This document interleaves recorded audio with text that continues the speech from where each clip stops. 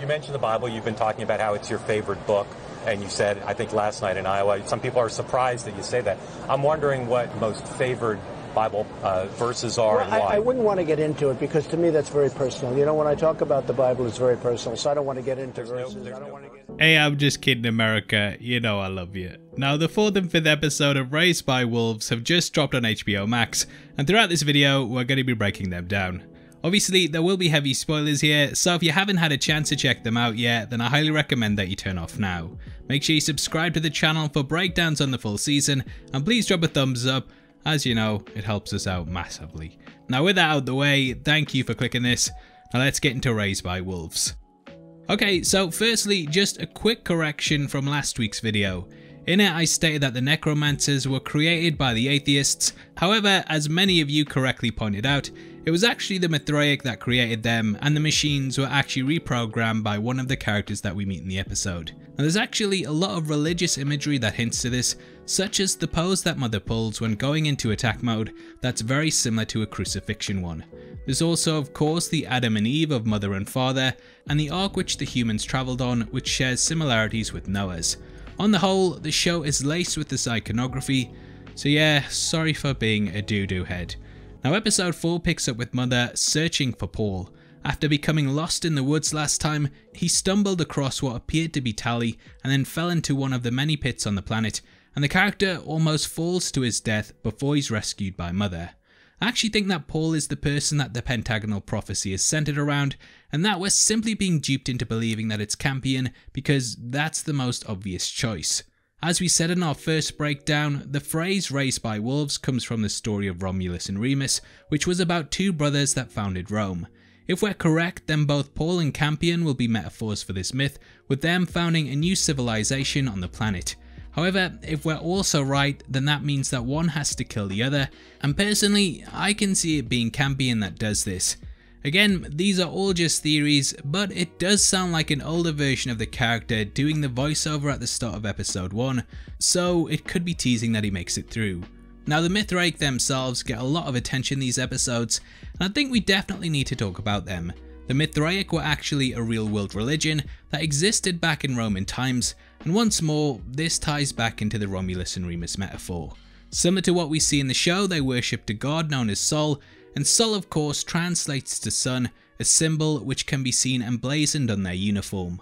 Marcus steps up as their leader throughout these episodes, and will likely deal with the aesthetic of an atheist actually being a leader of the Mithraic.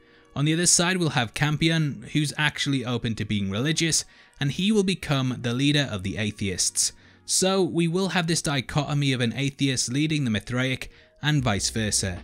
Now the planet is clearly being teased as having intelligent life on it, and early on in episode 4, the Mithraic discover a structure that has been designed.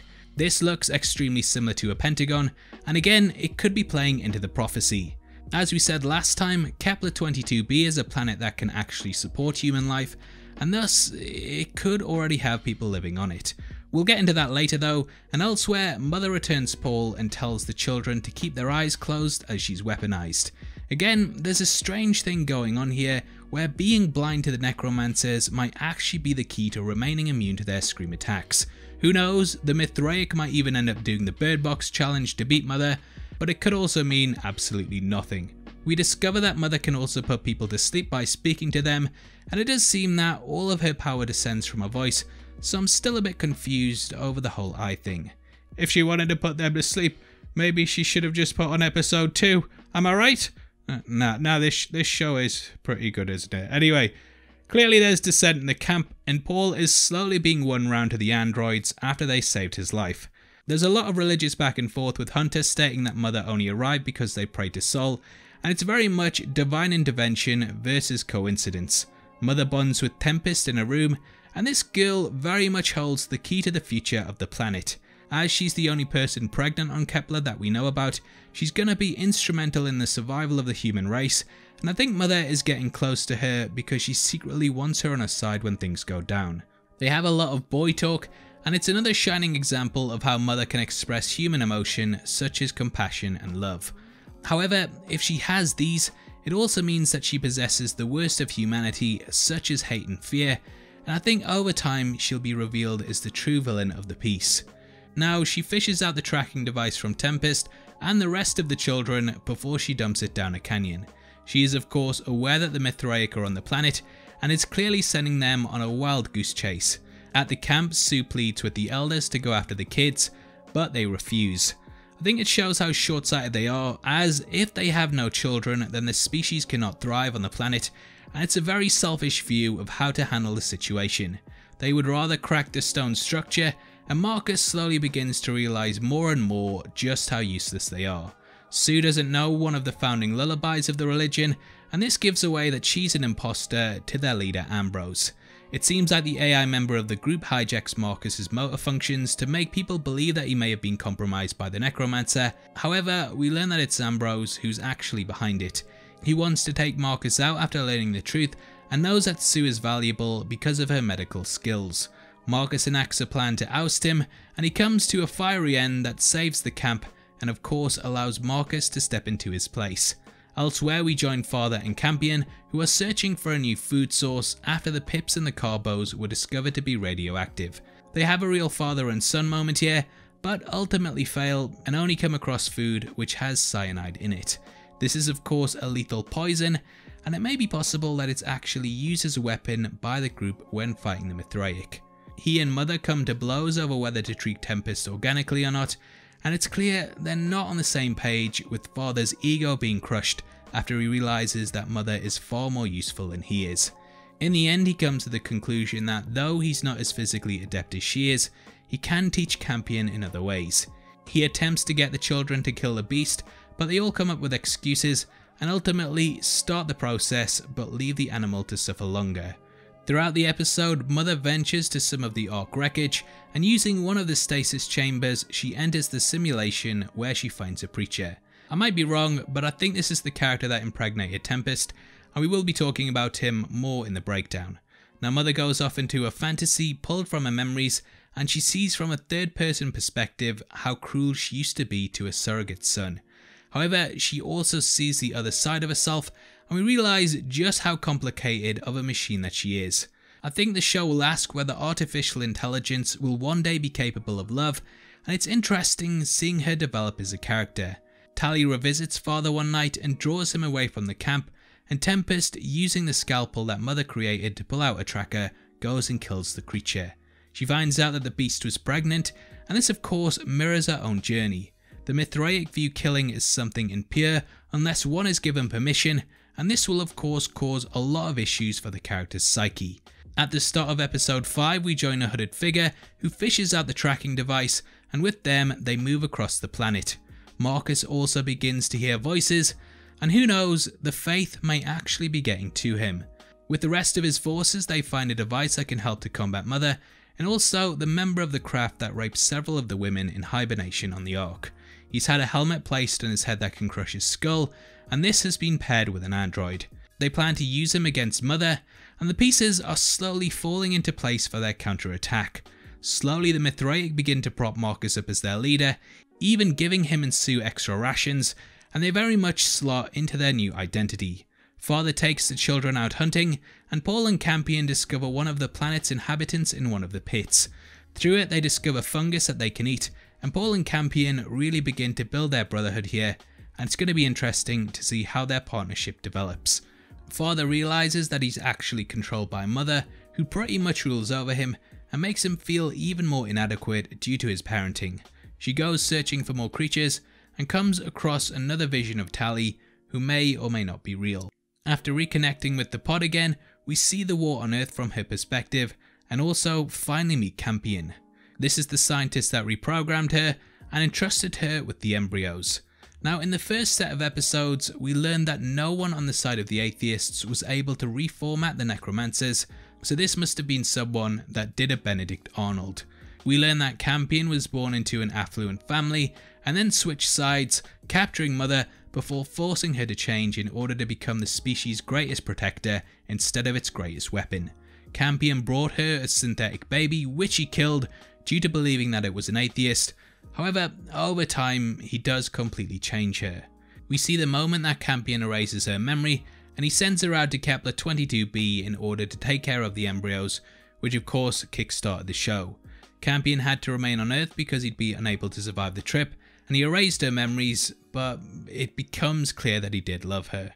The relationship, I felt, was definitely the high point of the season so far, and seeing Mother rediscover this, it's kinda heartbreaking. Now Mother is forced to wake up upon learning a child at the settlement is in danger, and she arrives to find Tempest at death's door. She states she's sick of being viewed as a walking incubator, and their relationship begins to strain, even though Mother genuinely cares for her. Elsewhere, the Mithraic track the tracking devices to the skeleton of a large snake-like creature. The entire location is booby-trapped, and the mysterious figure returns to take these. Though they have more questions than answers, they do find a map of the area in the stranger's possessions, and he's marked out an entire settlement that the androids and their children are at. Now, who exactly is this? Well, due to the lack of characters that we've seen so far, I think that it could be Campion. Campion may have travelled out to the planet shortly after Mother and Father, and he could have watched them from afar as they raised the children. He could be waiting in the shadows to come out should something go wrong, but again, this theory is based purely on what we know about the show so far, which is very little.